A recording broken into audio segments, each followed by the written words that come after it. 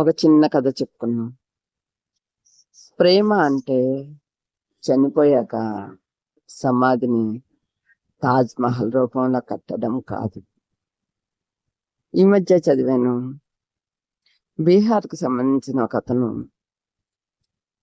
భార్య పురిటి నొప్పులతో బాధపడుతుంటే ఒక కొండ అడ్డుగా ఉందంట. కొండ చుట్టూ వెళ్ళాలంటే 60 కిలోమీటర్లంట మోసుకొని వెళ్తున్నారంట. వెళ్తుంటే ఇద్దరు మనుషులు ఎంతో కష్టపడి ఎంత మోసినా ఒక 20 కిలోమీటర్లు వెళ్ళారంట. ఆమెకి నొప్పులు ఎక్కువైపోయి ఆమె తట్టుకోలేని బాధతో చనిపోయిందండి. అక్కడి నుంచి అతనికి ఏం చేయాలో తెలియలేదు. ఈ కొండ అడ్డుంటం వల్లే కదా హాస్పిటల్కి నేను తీసుకెళ్ళలేకపోయానని ఆ భార్య చనిపోయిన బాధతో ఆయన ఖాళీగా కూర్చోకుండా రోజు కరెక్ట్ గా ఆ కొండ సెంటర్ నుంచి కొట్టడం మొదలు పెట్టాడంట. దాదాపు చాలా సంవత్సరాలు కొట్టాడంట. కొడితే ఆ కొండ చాలా పెద్ద కొండ, మధ్యలో కొట్టడం మొదలు పెట్టాడంట. 1 కిలోమీటర్ అంత దూరం అంట ఆ కొండ.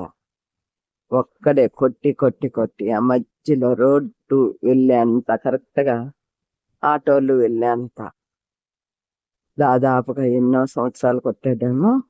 ఈలోగా ఊరికి ఆటోలు బస్సులు రావటం మొదలు పెట్టినాయంట.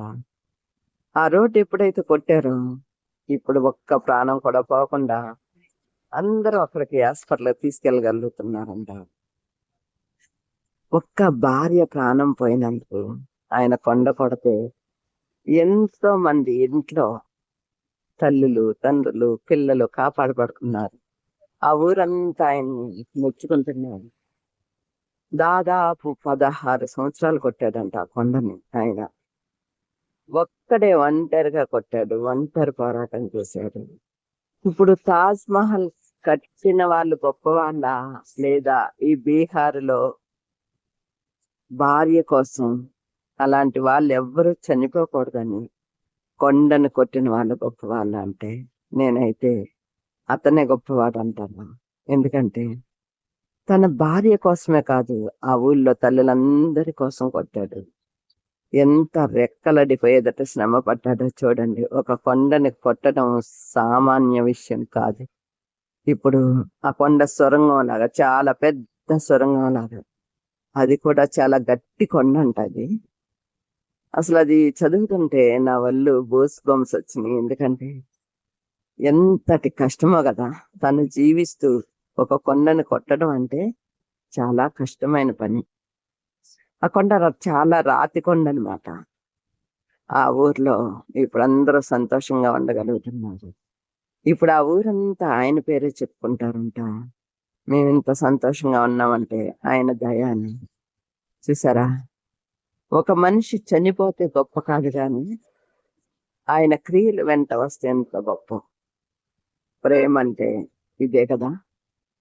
మన దేవుడు కూడా మన కోసం ఇంతకంటే గొప్ప ప్రేమని చూపించారు. మన కోసం ప్రాణమే పెట్టి ఎంత ప్రాణం పెట్టారంటే, ఆయన భూమి మీదకి పసిపిల్లవాడిగా వచ్చేటప్పుడు ఆయన ఎంతో శ్రీమంతుడుగా సింహాసనం పైన కూర్చోవలసిన ఆయన ఈ భూమి మీదకి పొత్తి గుడ్డలతో చుట్టబడి వచ్చాడు. తల్లికి ఒక సహనం ఇచ్చాడు. ఆయన సమయం వచ్చే వరకు వెయిట్ చేశారు. ఆయన సమయం వచ్చాక తండ్రికి అప్పగించుకున్నారు. ఇదంతా మన కోసమే చేశారు కదా ఆయన. మరి మనం ఏమిస్తున్నాం? ఒక్కొక్కరు క్రీస్తు మీద నిందలు వేయటం చేస్తున్నారు. వారిని క్షమించేద్దాం. ఎందుకంటే దేవుడు మనల్ని క్షమించేశాడు కదా. మన అపరాధాలు క్షమించాడు కదా. మన రోత జీవితాన్ని క్షమించాడు కదా. మనం గతంలో ఎలా ఉన్నామో ఒక్కసారి వెనక్కి తిరిగి చూసుకుంటే భయంకరమైన పరిస్థితుల్లోంచి మనం బయటకు వచ్చాం కదా. దేవుడు ఇవన్నీ మనల్ని సహించి ఆయన అరచేతిలో చెక్కున్నారు. మనం ఏం సాధించామని చూస్తే నిజం చెప్పాలంటే గత జీవితాన్ని మనం సాధించగలిగాం దేవుని ద్వారా. ఆ గత రోత జీవితాన్ని వదిలిపెట్టేసాం. ఎందరు అన్యాయస్తులున్నా వారి మధ్యలో జీవించేస్తున్నాం. ఎందరు దుర్మార్గులున్నా వారి మధ్యలో మనం జీవించేస్తున్నాం. ఎలాగో తెలుసా? దేవుని బిడ్డలుగా. దేవుని బిడ్డలుగా మనం ఉన్నాము అంటే ఆయన మన ఎడల ఎంత కృప చూపుతున్నాడు. నిత్యము ఉదయకాలమున లేసి ఆయన కృప పొందుకుంటున్నాం. మనం పొందుకోవాలంటే ఆయనతో మనం మాట్లాడాలి. మనతో ఆయన మాట్లాడాలి. ఈ రెండింటికి సొల్యూషన్ ఒక చిన్న కథ చెప్తాను. ఒక పక్షి ఎగరాలి అంటే 2 రెక్కలు కంపల్సరీ కావాలి. ఆ రెక్కలు లేకపోతే పక్షి ఎగరలేదు కదా. ఆ 2 రెక్కలు, ఒకటి ప్రార్థన, ఒకటి వాక్యము. మనకు ప్రార్థన ఉండాలి, వాక్యము ఉండాలి. మనం దేవునితో మాట్లాడాలి, ఆయన మనతో మాట్లాడాలి. ఈ పక్షి 2 రెక్కల్లో ఏ రెక్క విరిగిపోయినా ఎగరలేదు కదా. మనం కూడా అంతే. ఉదయమునే ఆయన కృప పొందుకొని ఆయన రెక్కల నీడకు వెళ్ళిపోయి ఆయన రెక్కల కింద తలదాచుకోవాలి. అలా చేసిన ప్రతి ఒక్కరు, దేవుని పైన ఆనుకున్న ప్రతి ఒక్కరు దేనికి, ఏ శ్రమకి భయపడరు. శ్రమకి ఎదురు వెళ్తూ ఉంటారు. శ్రమ అంటే మనకి నచ్చుతూ ఉంటుంది. శ్రమ అంటే మనకు సంతోషాన్ని ఇస్తుంది. శ్రమలు ఎన్ని వచ్చినా ఎదుర్కొనే శక్తి మనకుంటుంది. మనల్ని ఎవ్వరు ఏమి అన్నా తల వంచుకునే స్థితిలోనే ఉంటాం మనం. ఎందుకో తెలుసా? దేవుడు మన కోసం ముళ్ళ కిరీటం పెట్టుకున్నప్పుడు తల వంచేశారు కదా. అలాగే క్రైస్తవుల్ని ఎంతమంది దుమ్మెత్తి పోసినా వారిని క్షమించేదేవా అని తల వంచేద్దాం. చాలా మనకి శత్రువులు చాలా ఎక్కువ ఉంటారు. ఎందుకంటే ఆ శత్రువు ఉంటేనే కదా మనం ఆ సింహాసనం దగ్గరికి వెళ్ళగలం. ఇప్పుడు దావీదు గొలియాతు ఉండబట్టే కదా ఆ గొలియాతు ఎదిరించగలిగాడు. చిన్న రాయితో గెలిచాడు. ఆ చిన్న రాయి అయినా మనం తక్కువ అంచనా వేయకూడదు. ఎప్పుడు కూడా చిన్న రాయి అని తీసి పడేయకూడదు. ఎందుకో తెలుసా? ఒక గొలియాతుని కాల రాసేసింది. 9 మూరల జానడు ఉంటాడంట గొలియాతు. 9 మూరల జానడు అంటే 6 మూరల జానడు అంటే 9 అడుగుల జానడు ఉంటాడు. 9 అడుగులు ఎత్తున్న వాడిని 3 అడుగులు ఎత్తున్న దావీదు చంపగలిగాడంటే ఇది దావీదు శక్తి కాదు. దావీదు ముందే చెప్పాడు, దేవుడు నాకు తోడుగా ఉన్నాడు. దేవుడు తోడుండబట్టే కదా దావీదు గొలియాతుని చంపగలిగాడు. ఇప్పుడు దావీదు రాజు అవడానికి కారణం ఎవరంటే గొలియాతే కదా. ఎలా అంటే ఒక శత్రువు గొలియాతు. కాబట్టి మొర్దెకైని దేవుడు ఎంత బలపరచాడో చూడండి. రాజు గౌరవించేలాగా మొర్దెకైని దేవుడు అంత కనపరచడానికి కారణం, మొర్దెకై తలదించుకొని ఉన్నాడు. గుమ్మం బయట ఒక యూదుడై ఉండి ఎస్తేరు మీద భారం వేసి ఎస్తేరు రాణి అవడానికి సహాయం చేసిన మొర్దెకయ్యే కదా. ఎస్తేరు రాణి అయిపోయానని విర్రవేగలేదు. ప్రార్థనతో ఎస్తేరు ఆ యూదులందరినీ రక్షించుకుంది. ఇప్పుడు యూదులందరినీ రక్షించుకోవటానికి ఎస్తేరు ఉపవాస ప్రార్థన చేసి తనతో పాటు తన వాళ్ళందరినీ చేయమంది. ఎందుకో తెలుసా? ఆ ఉపవాస ప్రార్థనకి అంత బలం ఉంది. మనం దేవుణ్ణి జయించాలి అంటే, దేవుని కృపని పొందుకోవాలంటే ఖచ్చితంగా మనం కూడా దేవునితో నిలిచి ఉండాలి. ఇప్పుడు మనం ప్రేమని ఎదుటి వారికి ఎలా పంచాలో 2 మనుషుల ద్వారా తెలుసుకుంటున్నాం. ఒకరు తాజ్మహల్ కట్టినవారు, ఒకరు కొండని కొట్టినవారు. తాజ్మహల్ కట్టిన వారికి చాలా ఘనత వచ్చింది. ఎందుకో తెలుసా?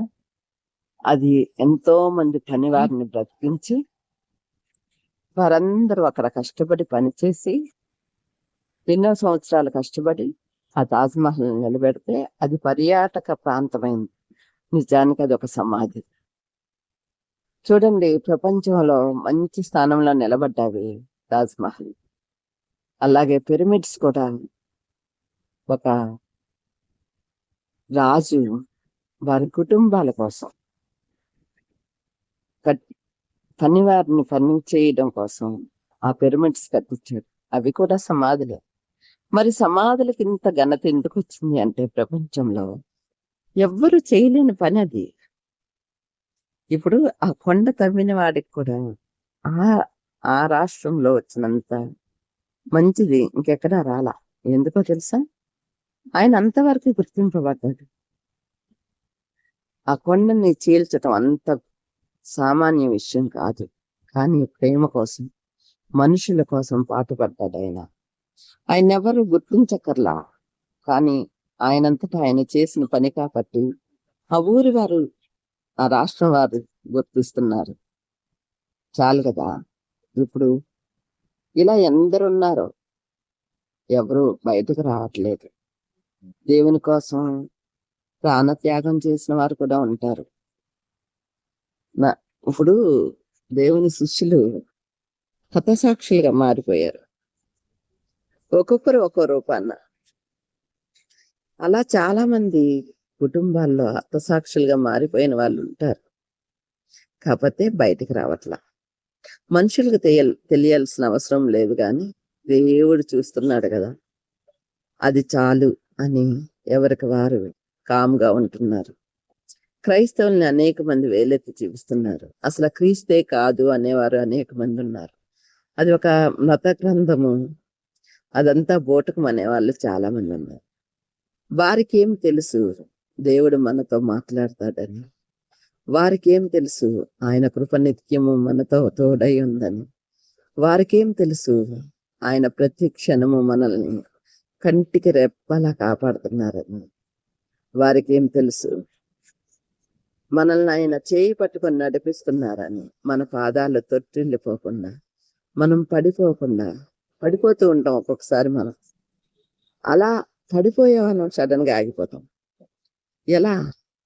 దేవుడు దేవదూతల్ని మన కూడా ఉంచుతారు ఎప్పుడు. మన మధ్యలో ఎన్ని దేవదూతలు తిరుగుతున్నాయో మనకు తెలుసా? మనం చూడగలుగుతున్నామా? ఆయన కదా పంపించేది. చాలా మంది చర్చిలో సాక్ష్యాలు చెప్తూ ఉంటే ఆశ్చర్యం అనిపిస్తుంది. నిజమే కదా, మన విషయంలో కూడా చాలా సార్లు జరుగుతూ ఉంటది కదా. ఒక మనిషి అమాంతం బోర్లంగా పడిపోయారు. ఒక్క పన్ను మాత్రమే గుచ్చుకుంది అంటే అసలు దెబ్బ తగలకుండా అది ఎలా సాధ్యం? అమాంతం పడిపోవటం అంటే బాడీ నిలబడున్న బాడీ అలా పడిపోయిందంటే ఎన్ని దెబ్బలు తగులుతాయో కదా. ఒక్క దెబ్బ కూడా తగలకుండా ఎలా జరిగిందంటారు? ఇది చూసిన వారికి అసాధ్యంగా ఉండొచ్చు. దేవుని కాపుదల అక్కడే ఉంది. చాలా మంది చివరి స్టేజ్కి వెళ్ళిపోతారు క్యాన్సర్స్ తో. ఇంకేంటంటే ఇంకా లాస్ట్ అయిపోయామన్నట్టు. అప్పుడు బ్రతికి బయటకు వచ్చేస్తారు. ఇది ఎలా సాధ్యం?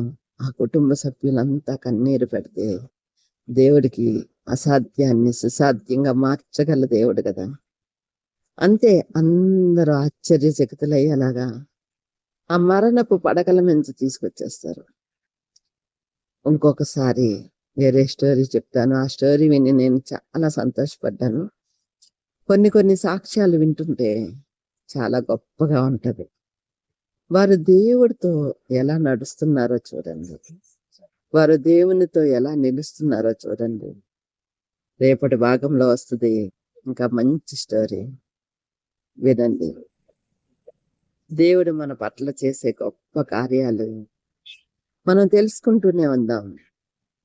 నాకు తెలిసిందే మీకు చెప్తున్నాను, నేను నమ్మిందే మీకు చెప్పగలుగుతున్నాను, నేను అనుభవించేదే మీకు చెప్పగలుగుతున్నాను.